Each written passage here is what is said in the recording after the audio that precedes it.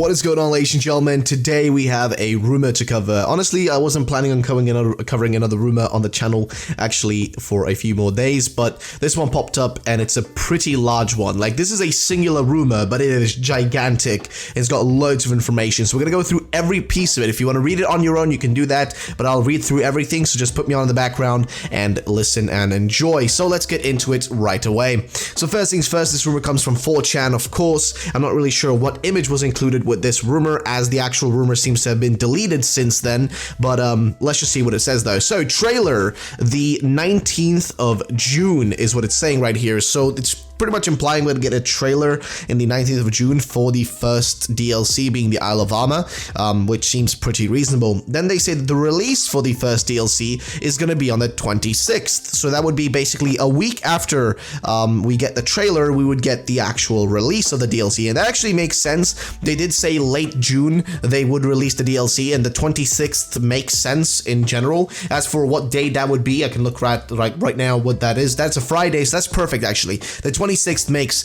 loads of sense, but also it's a pretty easy guess though for really anybody to make when they're making one of these fake rumors. They can just, simply just look into it, oh, when's the most logical time? So it's not that hard for them to to actually guess that. Next though, curry decks expanded with new ingredients, so seems pretty reasonable. Zesty citrus is going to be something. Wild rice, I guess, is the new ingredients. Blossom honey, robust chilies, fish flake. So those are some of the new, I guess, ingredients you're gonna get for the curry decks if you are still interested in that. I never barely even ended up using it, but for those who did, well, you got some more for that. Next, Calyrex created bird trio as protectors for the Mason tree. So this would be the tree we've seen in the trailers. It's the kind of red-looking tree which can be found on the Isle of Armor.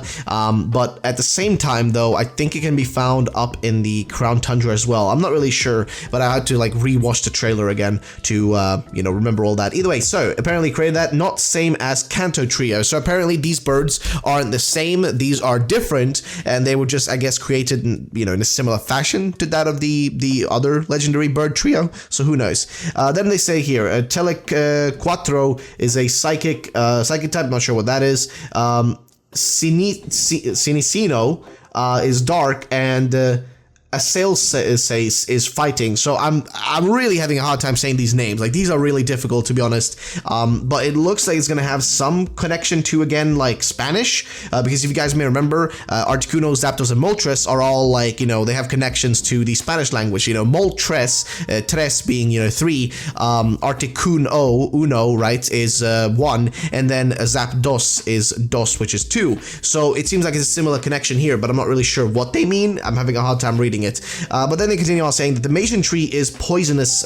Fruits produced every 3,000 years, which can grant immortality, which sounds like it's somewhat connected to the story from or the story of AZ from X and Y, but maybe I'm wrong. Tarragon aimed at obtaining fruit. Rose event in each DLC, so I guess Chairman Rose. Isle of Armor, Volkner gifts player Shinx. That seems odd. Volkner gifts player Blossom Honey for curry recipe. Volkner speaks to how different Pokemon in Sinnoh are. So this could be an implication that there's going to be a connection between this and specifically a connection to Sinnoh. Could be what they're trying to imply right here, but honestly, I'm not really sure. Next, Volkner gifts, Crown Tundra, Ambassador NPC, Balsam from neighboring region has a new form of Zangoose and Seviper, gifts one to player. So that seems pretty interesting. As for his name though, Balsam, which sounds like balsam, which is a actual word in my own language, so it sounds weird though.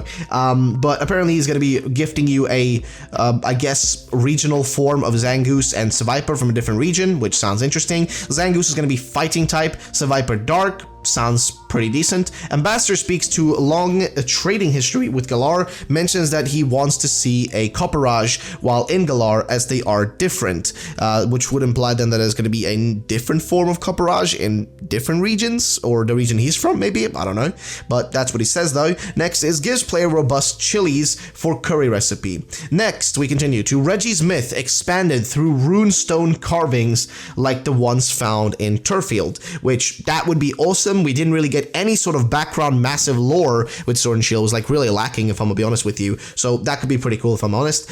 Gives player robust chilies, okay, Regi's Myth explained and found in Turffield. Next, Regivolt electric type. Okay, so that's the kind of electric looking one. It's gonna be apparently electric typing. Regivern is dragon typing, which I'm guessing it's gonna be dragon. People are saying it's gonna be fire because it's got like the shape of almost like Charizard on its shoulder, but I still think it's gonna be dragon typing, but hey, who knows. So he continues on saying players can capture both, although it's at different points in the games, which is fair enough. Galarian Slowpoke and Evolution, first of new Galarian forms to be introduced.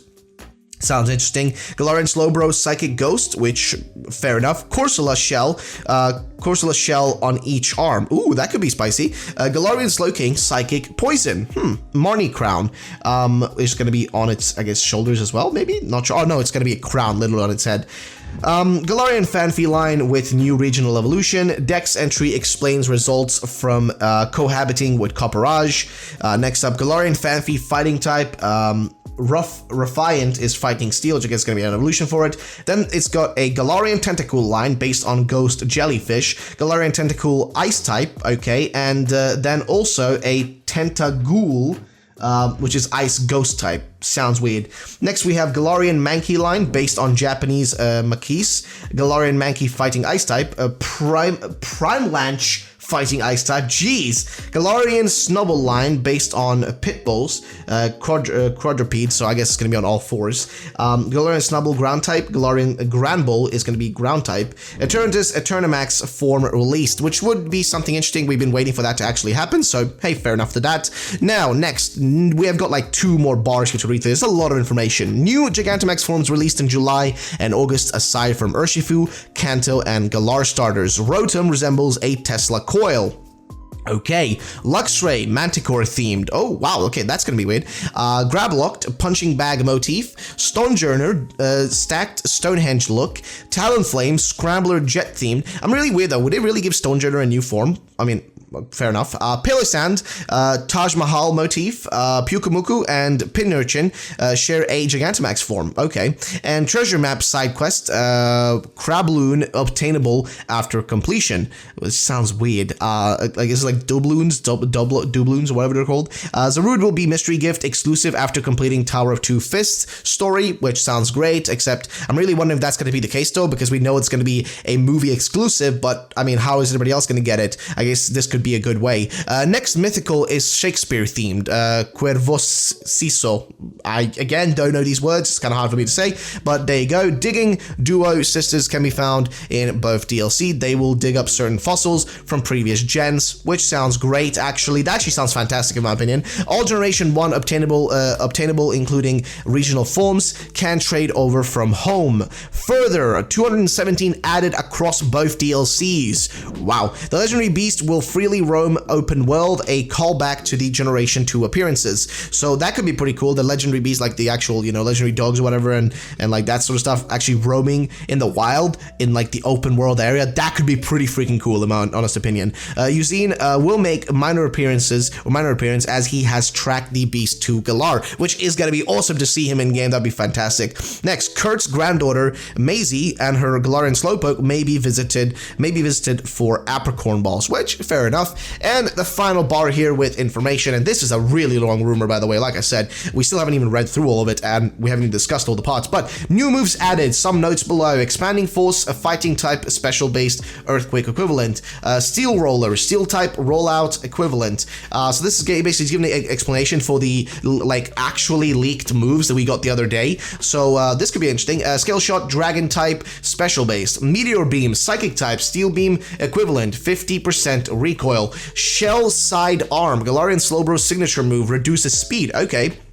Misty Explosion, fairy type, steel beam equivalent, 50% recoil. Grassy Glide, grass type, flying press equivalent, Zarude signature moves. Then Rising Voltage, electric type, flying press equivalent. Terrain Pulse, weather ball equivalent, based on present terrain. Skitter Smack, holy moly, Fighting type Kung Fu signature move. Burning Jealousy, Fire type, Steel Beam equivalent, Lash Out, Dark type, Revenge equivalent, Poltergeist, Ghost type, Buffed Psy Shock equivalent, Galarian Slowking is signature move. Corrosive Gas, Poison type makes sense. Buffed Acid Spray equivalent, Coaching, Normal type, Transfer stat boost to selected ally. That sounds pretty sick actually. Flip Turn, Fairy type, U-turn equivalent, and Triple Axle Steel type triple hit move. Dual Wing Beat, Flying type dual hit move. Scorching Sands, Ground type Scald equivalent. Wicked Blow, Dark type Urshifu signature move, and Surging Strikes, Water type Urshifu signature move. So that is basically the whole rumor. So we've just read through all of it, and I'm gonna be honest with you, this is a lot of information. Like this is really detailed in the amount of stuff it's saying here. And now you might make the assumption that, oh, it's fake because, you know, reason, you know, just because, oh, we've seen rumors in the past. And yeah, that's the thing, right? You can never take these things for granted and assume that they're real, right? Never do that, because you never know with rumors. They're rumors for a reason, right? Until they're proven otherwise to be real or not. But in this case, there's so much information, and I guess we'll know further soon anyway. I mean, this could be a good way for us. Like, if this rumor is actually real, right? If this is genuinely an actual leak, okay? You know when we'll know this. We'll know this when the first DLC drops, and if this ends up being real, this could be pretty good. And you might be like, well, why would it be good? I mean, who cares? Well, here's the thing, you know, a lot of information here doesn't just pertain to the first DLC, the Isle of Armor. If this is real and that information gets confirmed once we get the actual first DLC, then we'll know a bunch of information about the upcoming next DLC. This is going to be like a good way for us to kind of prepare for that and know what we can expect in terms of content. Because right now, we don't know anything about the content we're going to be getting in these games. Now, we know some of the basic stuff, but really, it's just really bare minimum that we're like, you know, seeing, especially from the Isle of Armor. There's like the bare minimum we're seeing. There's some intriguing stuff about Crown Tundra, but there's really a lack of actual, you know, okay, sure, there's going to be a bunch of new outfits. There's going to be a few new Pokemon maybe, or Galarian forms. Like, there's really a lack of like general, you know, large scale information. So it could be a good like moment for us if this ends up being a real rumor. I mean, a bunch of information here sounds pretty freaking awesome, but again, it's a lot of information, which means that this could be just somebody that really dedicated themselves to making a fake rumor. Like, that's what this most likely could be. Like, somebody's really put a lot of time and effort into making a fake rumor, which honestly could be the case. But what do you guys think? Let me know in the comment section down below. Thank you so much for watching. That's going to be the end of the video. I'll see you all the next time. Have yourselves a great day, and bye bye, ladies and gentlemen.